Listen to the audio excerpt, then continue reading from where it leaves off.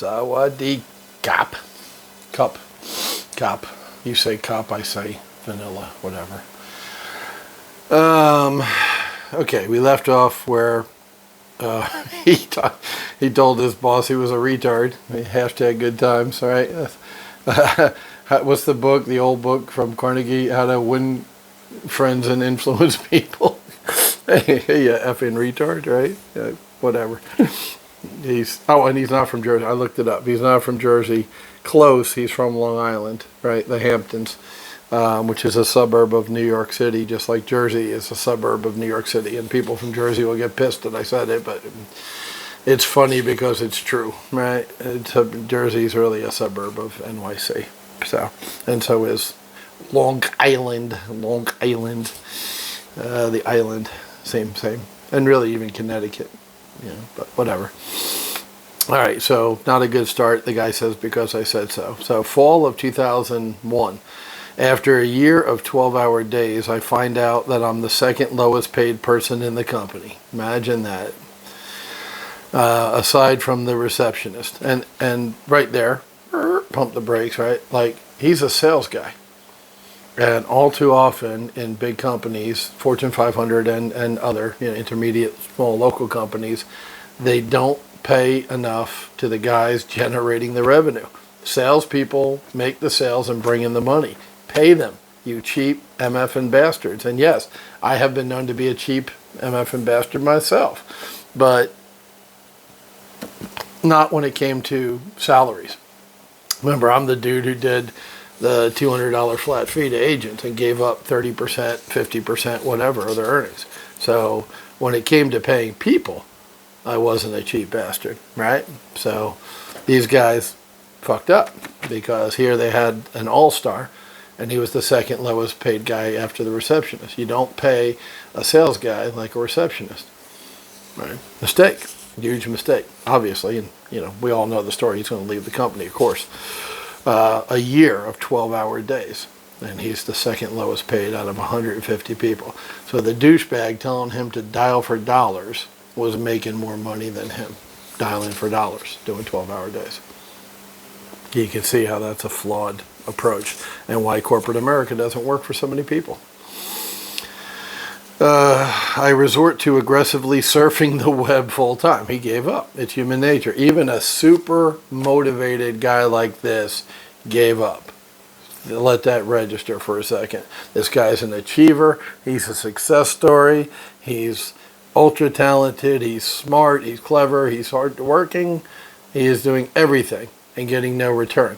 He's going to stop working. I did it too. If we have time, I'll tell a quick story about Bank of America. I went from a top producer to doing what he's doing, like looking to avoid work and hanging out, downstairs in the lounge. It's human nature. I did it too, and I'm also an achiever, right? So it's human nature. You got to recognize that. Or if you're that person, if you worked and gave everything to a company and got nothing to show for it, you're going to leave too, just like Tim did. So he is aggressively surfing the web. One afternoon, having run out of obscene video clips to forward. He's a guy. He's a young guy. I get it. I investigate how hard it would be to start a sports nutrition company. Turns out that you can outsource everything from manufacturing to ad design. 2 weeks and $5,000 of credit card debt later, because like most people, he was living check to check, right? So he had to put the $5,000 on a credit card. I have my first batch in production and a live website. So he outsourced the website. He outsourced the manufacturing, which you can easily do, especially with supplements, but most things you can, what they call drop ship now. You create a product, somebody creates it for you, somebody manufactures it for you in China, which is how they got so rich and powerful, and then have it shipped to your customers, right? And that's what he's doing here. That's where we get into the product versus the services thing, right? Turns out you can outsource everything, blah, blah, blah. I have my first batch in production and a live website. Good thing, too, as I'm fired exactly 1 week later. So, yeah, he didn't quit. They fired him because he was surfing the web and not producing at all. But why didn't he produce? It's their fault. It's on them. But it all worked out because, obviously, he became a huge success after that. And that company, that sports nutrition company, was Brain Quicken, which I mentioned was the thing that he sold for millions of dollars later and gave him $40,000 a month income and blah, blah, blah. So you see, it started with an idea. He was working in the corporate jungle. He was working in the cubicle jungle. Had an idea to make a supplement primarily because it was easy to make, because he could outsource everything. He didn't have to do anything except come up with the idea and then, implement it through outsourcing, and boom, like that, he had a product. And sometimes it's that simple. Not always, but sometimes it's that simple. Now you got the product, you got the website. What do you do so people know about that, right? That's where marketing comes in, and that's huge with any organization. Market, locate customers. Step 1 of the 5-step process. Locate customers. That's marketing. Find your customer. Who wants Brain Quicken pills?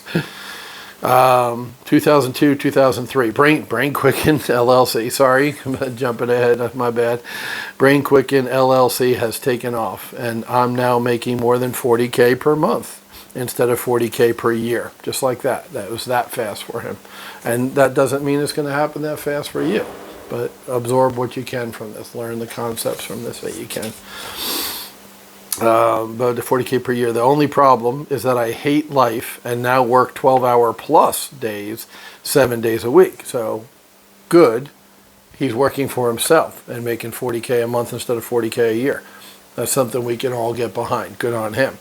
Bad, what if he stops working 14-hour days, 16-hour days, is what he's probably working, it stops. Right? So there's problems. So it's good. And we all want that $40K a month if we're making $40K a year now, or $60K a month if we're making $60K a year, whatever. Cool. But at what cost? And the way he did it, is there room for improvement? Yeah, there's plenty of room for improvement, and he'll go into it. Kind of painted myself into a corner. I take a 1-week vacation, quote unquote, to Florence, Italy with my family and spend 10 hours a day in an internet cafe freaking out. Shitballs. I begin teaching Princeton students how to build, quote, successful, i.e. profitable companies. So right away he's giving back, which is cool. He likes to teach. I like to teach. You like to give back. He's made it because he's making $40K a month, and that's the dream for a lot of people.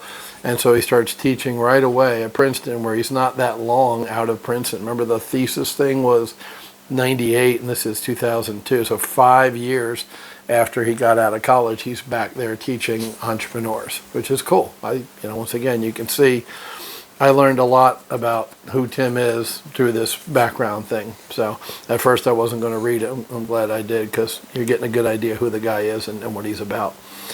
Shitballs. So he has a potty mouth like I do. Okay. That hasn't stopped either one of us, right? So you don't need a potty mouth to succeed, but if you have one, it doesn't hurt, right? Winter 2004. The impossible happens, and I'm approached by an infomercial production company.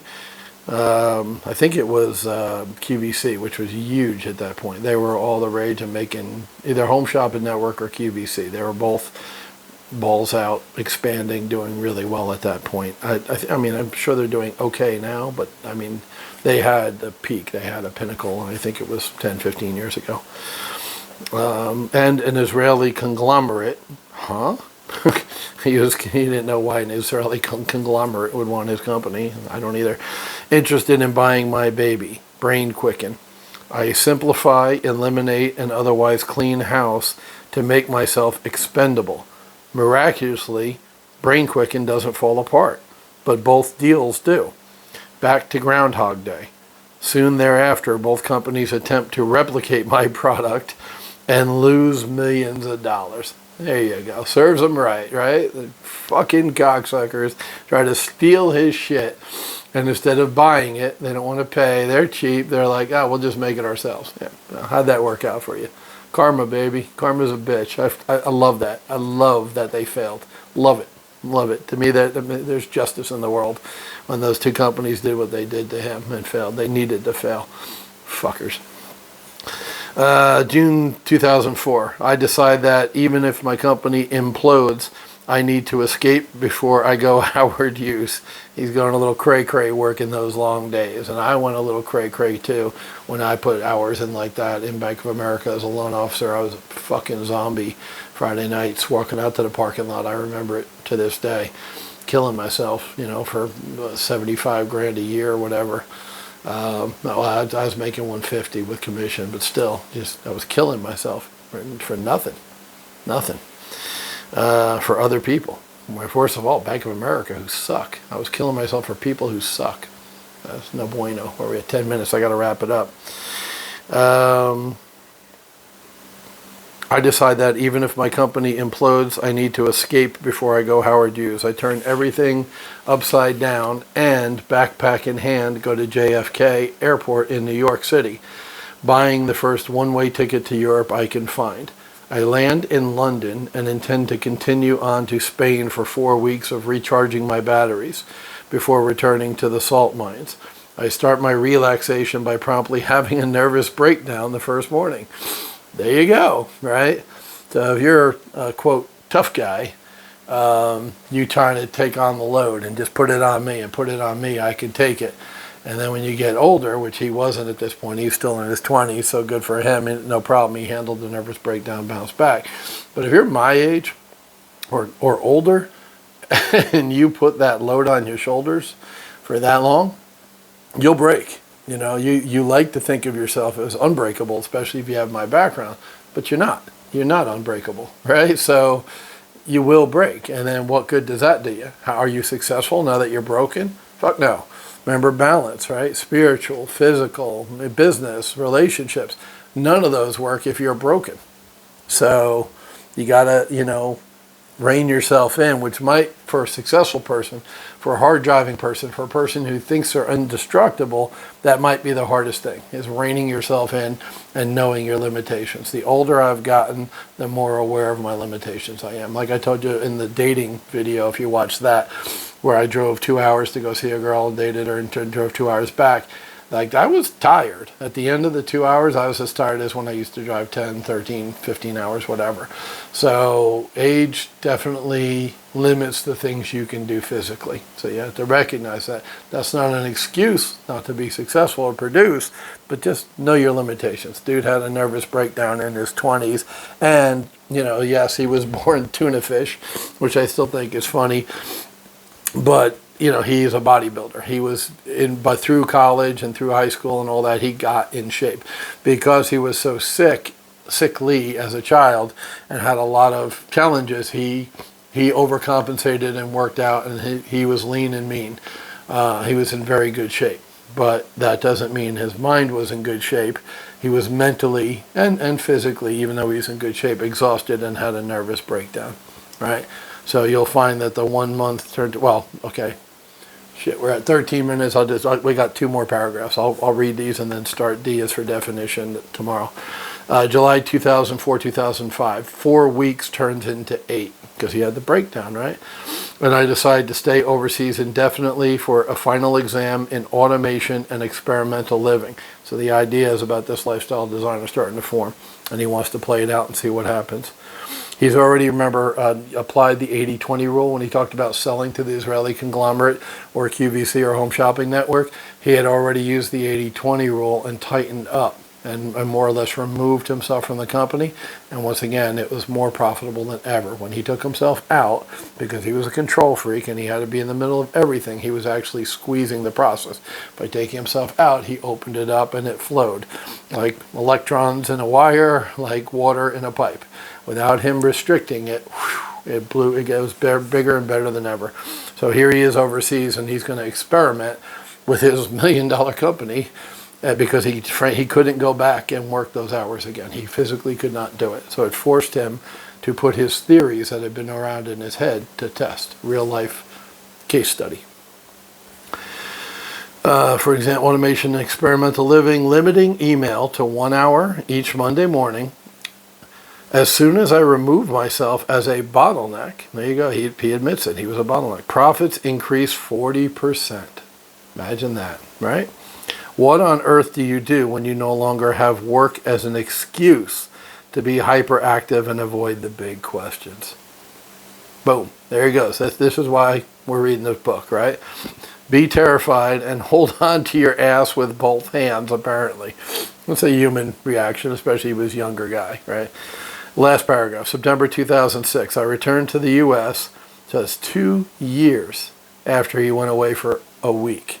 2 years he returns to America in an odd Zen-like state after methodically destroying all of my assumptions about what can and cannot be done. No longer limited, right? Limitless. It's a movie about a pill, but he became limitless on his extended vacation from his business to see what's possible and what's not. He put it to the test. He actually A-B'd it, like we talked about with marketing. Test, A or B. B worked. He always thought he had to do A. Guess what? B worked. Destroy what cannot be done. Drug dealing for fun and profit has evolved into a class on ideal lifestyle design. So now instead of how to build a profitable company, it's how to build a profitable company without killing yourself. Imagine that. Yeah. And you can't imagine that, which is why we're reading the book. So you can imagine that. And not only imagine that, but so you can put it in place like he did. Copy him. Use him for inspiration.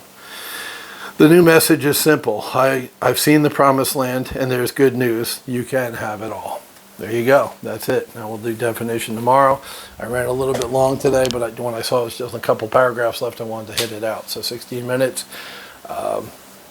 I've been talking to some of my friends back home. It's working. They're getting something from this. This started as a channel, so my buddies can see what I was up to in Thailand, sitting by the pool drinking mango drinks, and instead the channel's evolved into this. I did the 1 year of positive action plan. Now I'm going to read this whole book through, however long that takes. If it takes 5 years, I'll do it.